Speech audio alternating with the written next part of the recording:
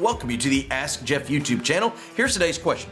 Is there anything in the Old Testament that refers to an afterlife? Seemed like there was a debate about this in pre-Jesus Israel. Well, you're absolutely correct. In fact, the two main groups of, shall we say, religious authorities that Jesus was always discussing, debating, and, well, disagreeing with are what we know as the Sadducees and the Pharisees.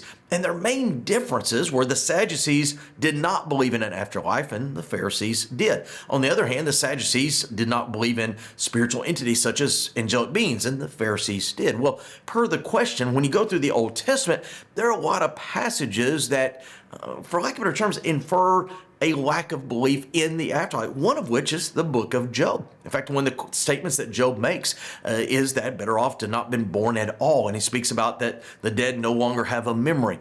And so there are passages that allude to, well, there wasn't a real good understanding of what you and I would call the afterlife. However, I would draw your attention to primarily the Psalms and the prophets. As you read through the Psalms, you discover there is an understanding through the person of David that life is more than just the years we get on earth.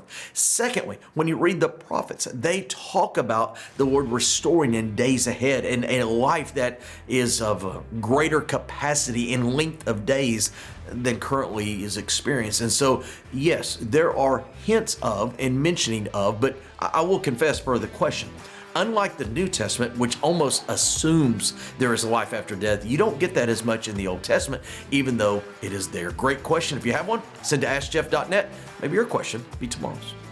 Thank you so much for being a part of our daily question here at the Ask Jeff YouTube channel. I want to encourage you on a few things. Number one, if you have a question to ask, submit it to AskJeff.net. Eventually, we'll get around to your question. Secondly, we'd encourage you to subscribe. That way, each and every day, Monday through Friday, you get a reminder of our question of the day. And last but not least, I want to remind you that on Wednesday evenings, live at First Baptist Church of Opelika, fbcopelika.com, we do a solid hour of Ask Jeff where we dig into the questions more than just 60 or 90 seconds. Sometimes it would take the entire hour. All that being said, AskJeff.net is where you submit a question to this channel each and every day, Monday through Friday.